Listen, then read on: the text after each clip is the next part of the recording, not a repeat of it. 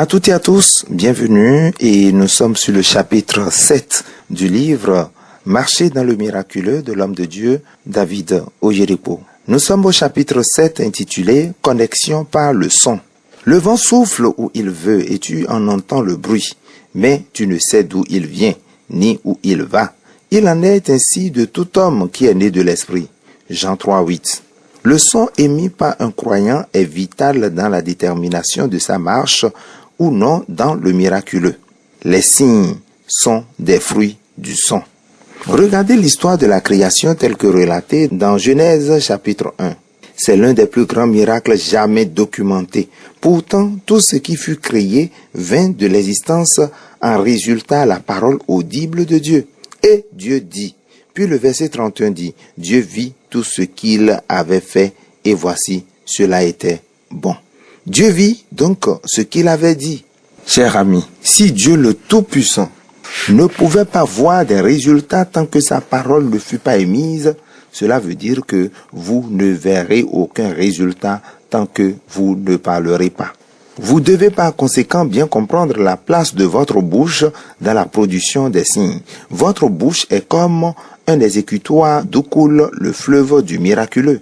Une fois close, la rivière s'en trouve barrée. Mais dès que vous l'ouvrez, les miracles se mettent à couler à volonté. Voici précisément pourquoi le psaume 81:10 dit « Ouvre ta bouche et je la remplirai ». Votre responsabilité est d'ouvrir votre bouche contre la maladie qui vous a harcelé jusque-là.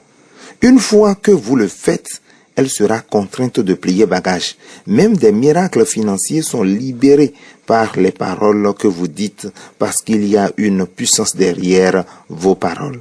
En effet, la mort et la vie sont au pouvoir de la langue. Proverbe 18:21. Lorsque votre langue est bridée sur la parole, c'est-à-dire qu'elle ne dit que ce que commande la parole de Dieu et non ce qui lui plaît, des choses merveilleuses se mettent en place autour de vous. Vous devez apprendre à bien parler ou vous ne serez jamais un candidat au signe. Laissez-moi vous montrer certaines choses qui arrivent quand vous parlez tel qu'il faut. Dieu est engagé et ils s'en allaient prêcher partout. Le Seigneur travaillait avec eux et confirmait la parole par des miracles qui l'accompagnaient. Marc 16:20. L'une des choses majeures qui ont lieu quand vous parlez selon la parole est que vous amenez Dieu à s'engager et à agir en votre faveur. Les premiers disciples, étant allés prêcher partout, avaient découvert que Dieu était à l'œuvre pour confirmer toute parole qu'ils disaient. Dieu n'aurait sûrement rien eu à confirmer s'il était resté muet. Je confirme la parole de mon serviteur et j'accomplis ce que prédisent mes envoyés. Je dis à Jérusalem, elle sera habitée, et des villes de Juda, elles seront rebâties, et je relèverai leur ruine. Ésaïe 44, le verset 26. Israël avait voyagé dans le désert en direction de la terre promise pendant des années, mais juste au moment d'entrer dans Canaan, ils dirent avec leur bouche, « Nous ne pouvons pas monter contre ce peuple, car il est plus fort que nous. » Nombre 13:31. Tous les enfants d'Israël murmuraient contre Moïse et Aaron, et toute l'assemblée leur dit, « Que ne sommes-nous morts dans le pays d'Égypte, ou que ne sommes-nous morts dans ce désert ?» Nombre 14:2. Écoutez maintenant, Dieu leur répondit au verset 28. « Dis-leur, je suis vivant, dit l'Éternel, je vous ferai ainsi que vous avez parlé à mes oreilles. » À travers leurs propres paroles, ils amenèrent Dieu à agir contre eux, et leur entrée dans la terre promise fut remise pour 40 années plus tard. Dieu ne peut pas vous faire sortir de la situation négative où vous êtes englué tant que vous produisez des paroles négatives. Mais vous pouvez émettre des paroles miraculeuses et connaître un flot continuel de miracles. Les paroles négatives que vous dites en secret sont responsables des difficultés auxquelles vous faites face en public. Personne ne dit des paroles à miracle pour ensuite être victime d'obstacles.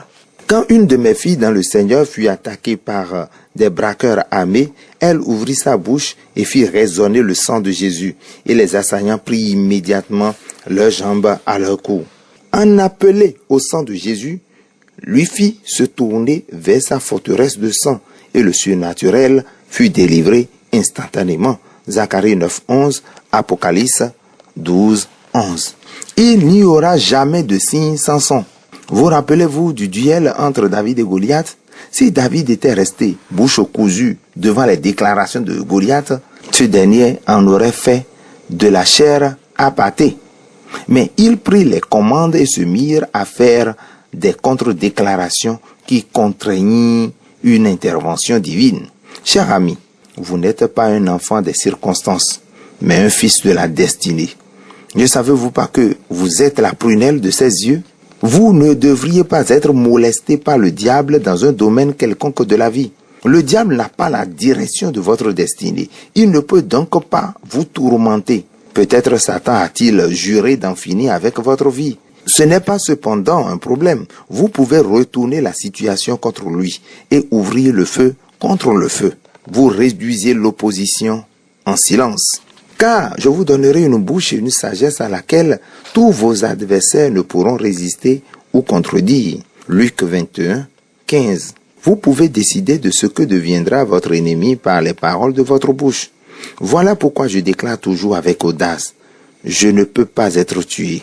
Je sais que si j'ouvre grand ma bouche en conformité avec ce que disent les Écritures, j'aurai ainsi réussi à réduire toute opposition satanique au silence.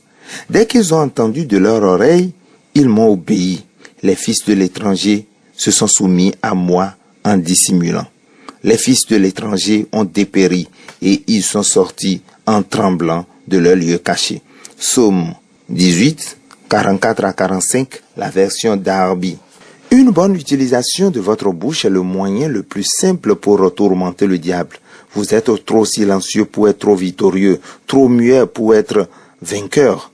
Votre apparence mollassonne fait de vous une proie toute faite pour le diable. N'est-il pas vrai que les lutteurs jaugent leurs adversaires avant le début du combat? Aucun chrétien ne peut se permettre de garder sa bouche close en ce monde où nous vivons, puisque ceci est une invitation ouverte à l'oppression. Ouvrez votre bouche et vous verrez combien l'ennemi peut être impuissant. Beaucoup de personnes attirent des signes négatifs au lieu d'être aux commandes des signes positifs suite au son qu'ils émettent. Pas de son positif, pas de signe non plus. À entendre certaines personnes énumérer leurs malheurs, je sais toujours et sans hésitation qu'ils sont eux-mêmes la cause des souffrances qu'ils endurent. Je ne produis jamais des sons négatifs et c'est pourquoi je ne connais pas non plus des signes négatifs. En tant que célibataire, par exemple, j'avais annoncé à tous ceux qui pouvaient m'entendre que mon mariage serait sans anicroche. J'enseignais sur le mariage à cette époque et j'avais montré aux gens les 7 concepts du mariage tels que Dieu me les avait révélés. Je soutenais cet enseignement par des proclamations pesées qui agaçaient certains. Mais ils n'avaient pas compris que je parlais pour me préparer moi-même à un mariage plein de signes et de merveilles. Produisez des sons positifs si vous voulez des signes de même nature. Déclarez que votre business, votre famille, vos finances, etc. n'échoueront pas et vous aurez ainsi dressé une clôture infranchissable par le diable autour de vos affaires. Il est temps d'ouvrir votre bouche et de déclarer ce que vous voulez sans crainte et vous aurez ce que vous dites. Le diable n'a pas été capable d'imposer la pauvreté sur moi depuis 1981 lorsque j'avais commencé à déclarer que je ne peux pas être pauvre. Quand j'avais déclaré que je ne serais jamais malade, j'avais aussi mis fin aux activités de la maladie sur ma vie. À une autre occasion, j'avais dit à Dieu: Seigneur, avant de m'égarer loin de toi, ramène-moi à la maison, car je ne veux pas finir le voyage de ma vie dans la honte. Depuis lors, j'ai été délivré des manœuvres du péché. Les sons que j'avais produits avaient ainsi obligé les signes correspondants à apparaître. Un frère avait été lié par la cigarette et l'immoralité sexuelle pendant 35 ans. Puis, il fit un vœu à Dieu en ces termes: Seigneur, que la prochaine cigarette que je fumerai soit ma tuberculose et la prochaine infidélité, mon sida. Il pouvait ensuite témoigner de sa liberté sur ses habitudes sataniques avec audace quelques années plus tard. Mais cette victoire vint en résultat au son qu'il avait émis. Vous libérez les anges. Bénissez l'Éternel, vous ces anges, qui êtes puissants en force et qui exécutez ses ordres en obéissant à la voix de sa parole. Psaume 103, le verset 20. Les anges sont des esprits envoyés pour s'occuper de ceux qui doivent hériter du salut. Hébreux 11, 14. Les anges exécutent vos ordres parce qu'ils sont vos messagers. Ils prennent vos paroles comme des instructions et les exécutent à la lettre. Ne permets pas à ta bouche de faire pécher ta chair et ne dis pas en présence de l'envoyé que c'est une inadvertance. Pourquoi Dieu s'irriterait-il de tes paroles et détruirait-il l'ouvrage de tes mains? Ecclésiaste 5, le verset 6. Voilà pourquoi il est périlleux de produire des sons négatifs. L'ange qui vous a été assigné s'assurera que vous ne récoltiez que des signes négatifs. Par exemple, osez dire « Je suis malade » et vous pourrez être sûr que votre ange vous livrera la maladie dans un beau paquet cadeau tel que vous l'aurez déclaré. Mais quand vous dites « Je ne peux pas être malade », votre ange tire une épée enflammée pour empêcher à tout agent satanique de vous affliger avec une maladie. Les anges agissent comme le garçon de restaurant quand vous allez manger au restaurant et commander des spaghettis. Ils s'assurent que seul ce que vous avez commandé vous soit aussi servi. Et quand enfin ils vous présentent des spaghettis, vous ne pouvez que dire « Oh pardon, en fait, c'est le riz que je voulais manger. » Vous n'aurez que ce que vous aurez commandé. De même, les anges ne sont obligés à vous donner que ce que vous dites. Vous pouvez aussi libérer l'ange de combat pour se battre contre l'ennemi en votre faveur. Il est équipé pour vous apporter la délivrance quand vous faites face aux ennuis. Les paroles sont des semences. Tant que la terre subsistera, les semailles et la moisson, le froid et la chaleur, l'été et l'hiver, le jour et la nuit ne cesseront point. Genèse 8, 22. Tout ce que vous dites aujourd'hui est une semence plantée avec une très grande probabilité de récolte dans les jours à venir. Par conséquent, tout ce qui viendra sur votre voie demain est ce que vous plantez comme semence aujourd'hui. Vos paroles sont indestructibles, en particulier parce qu'il est écrit à votre sujet que vous êtes des dieux.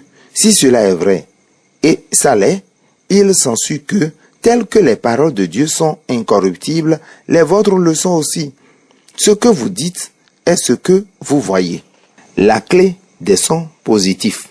Race de vipères, comment pourriez-vous dire de bonnes choses, méchants comme vous l'êtes? Car c'est de l'abondance du cœur que la bouche parle. Matthieu 12, 34.